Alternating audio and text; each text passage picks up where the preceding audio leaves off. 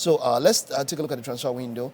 Of course, there's quite a lot happening around Europe. Let's take a look at some of the major ones that are happening. We'll kick off with Liverpool.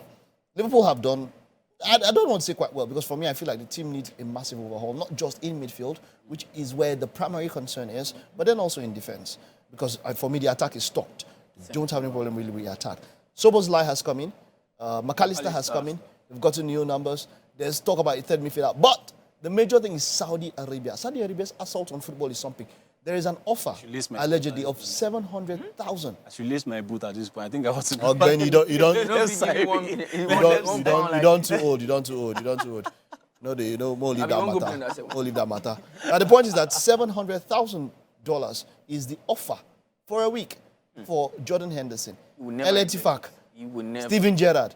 But, there's quite some undertones about that one. When the LGBT community in the UK they have issues with it, but Gerrard has gone, look, when money is involved, like when you go there, everybody forget we dance, I'm telling you, But then there's now talk of Fabinho and all of that going and all of that. Do you think that both of them leaving at this particular point in time, that means it's almost be a total overhaul of Liverpool midfield?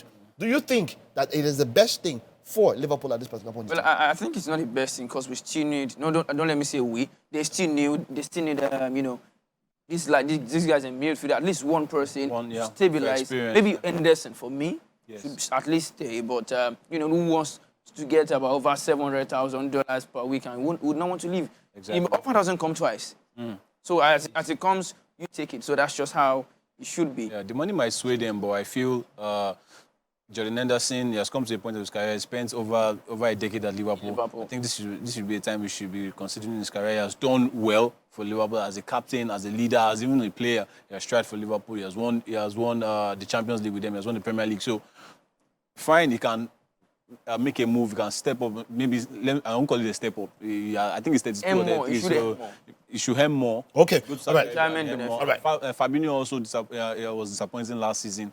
So maybe Liverpool fans will say, okay, this time for you to go. We can get a Romeo Lavia from Southampton or something. But like you said, you don't just overhaul that midfield. You understand? Right, let's take some messages now on WhatsApp.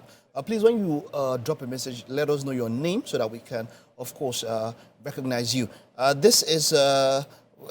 official Dini says, why are women like this? I feel as a celebrity, you need to be very careful because so many people just want to blackmail you out there. That is very true. That is very true. Let's see if we can take Ajala from Jos. Good morning, guys. It's unfortunate that his girls ruined his career. My advice is that UEFA and the English FA should give him all the medals and trophies Man City and France won in absence. No, Ajala. I understand where Ajala is coming from. Sort of like compensation. To compensate him. I understand, but he wasn't registered for those competitions. It's strict. Never on payroll anymore. So all right. Something Manchester City wasn't long enough. The contract is expired. So that's past. Finished. All right. Okay, let's see. Confidence says that on Mendy case, there should be compensation from the lady for wrong accusation. Compensation, I don't know if she has the money, but the point is that she should be made to serve time. Serve time. It. She should be made to serve time. And go under... It's not even about money. She should go to that jail. She should serve time. And let the law take its course. Yes. And whatever punishment that is ready and all of that, we should... Yeah. Okay, Dini is an upcoming artist. Thank you for being a part of the show. Yeah, we're taking your message earlier on. So let's move on now. Nani has moved. Okay, but just before we take that next story, we have a call. Hello, we have Praise. Hello, Praise. Go ahead. Talk to us. Yes, I want more update on Chelsea transfer news. On Chelsea, okay. Just keep watching. We'll get to that. Thank you. Okay. All right. Now, Nani has moved to Adana Demirspor. I think that was the club Balotelli moved to at one particular point in time. Nani, we know him as was supposed to be the next person. Yeah, that's in Adana Demirspor, of course, is in Turkey. They've announced him. I love this AI generated. It gives me AI vibes and all of that. But Nani, wonderful player. Good one for him? Good one for him, actually. We should have gone to Saudi Arabia. That's where the money is. No, I didn't come for him. Okay. Yeah, because maybe they didn't come for him. He's coming from the MLS, so I think it's a different level has dropped down a bit, but I think that he might still have his stint in Saudi Arabia. They should come and pick him up. He played for this team that actually Venezia, before he went to the MLS. So I think that would have been okay. Moving on from that, the big and major talk is still going on around Harry Kane and Daniel Levy. Bayern have sent in their second offer. I think it's almost 80 million. The second offer. Daniel Levy is actually a storming block. You know my mind on Harry Kane. Yeah, so Just move. Just move. What's stopping you? He wants to leave, but it boils down to the chairman. He has he has a contract. For how long can you play hardball? I'm not okay now. What I'm about to say, I'm not supporting a player like you should go AWOL on the team. You understand? But this is your career. You've tried. If there is need to do that, then maybe he should. Because this is one of the greatest strikers in the game of football. I don't think money is the problem of Tottenham Hotspur. Maybe they and considering just want to be a business club, you know. Yeah, you see someone like Pedro who have how many trophies, and someone like Harry Kane. His trophy. I can name a ton of players that have left Tottenham. They've played with Kane and they've won. Come on, Eriksen left. He went, came back, and still won the trophy before Harry Kane.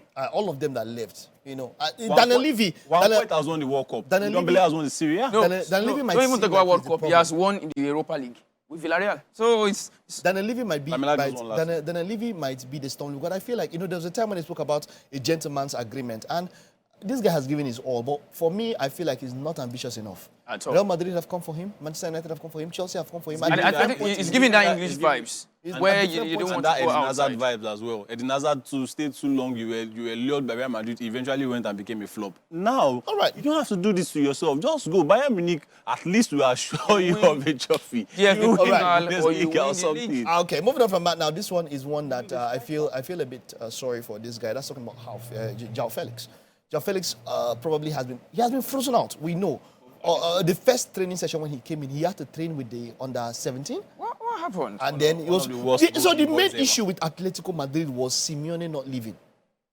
Simeone was purportedly going to leave. He has bid farewell already. You understand? Yeah. But the thing was that now he now reduced his salary. Simeone is the highest earning coach. In the world. You understand? Simeone reduced his salary, took off about, let's say, maybe 10-15% of his salary, and stayed back.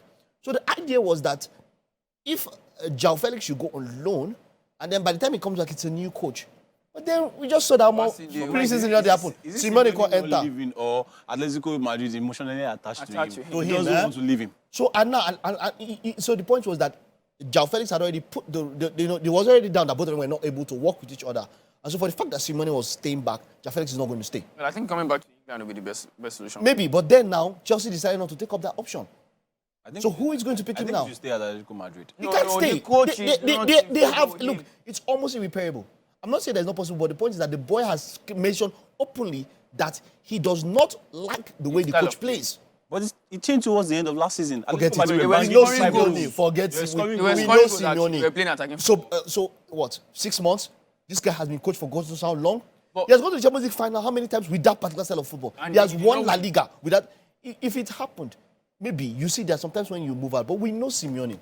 Simeone is the progenitor himself. Mourinho, satanic football. Satanic football. Sondage. Don't let them score you. There is a WhatsApp group. Mourinho is the only person that can actually stop this, that can score from this bad position is only Cristiano Ronaldo and Lionel Messi. They are the only ones that can score when you play against Simeone. But there are sometimes where you just have to adapt and adjust your style of play. Look at Rodrigo De Paul, for an example. Rodrigo De Paul, we knew him as an attacking midfielder, as a 10. But he came in, changed his all-round game, and he has won the World Cup. Maybe João Felix is not just willing to change. No, when he got to Chelsea fans, what did he do? Well, he was actually the best player in that attack for them. Okay.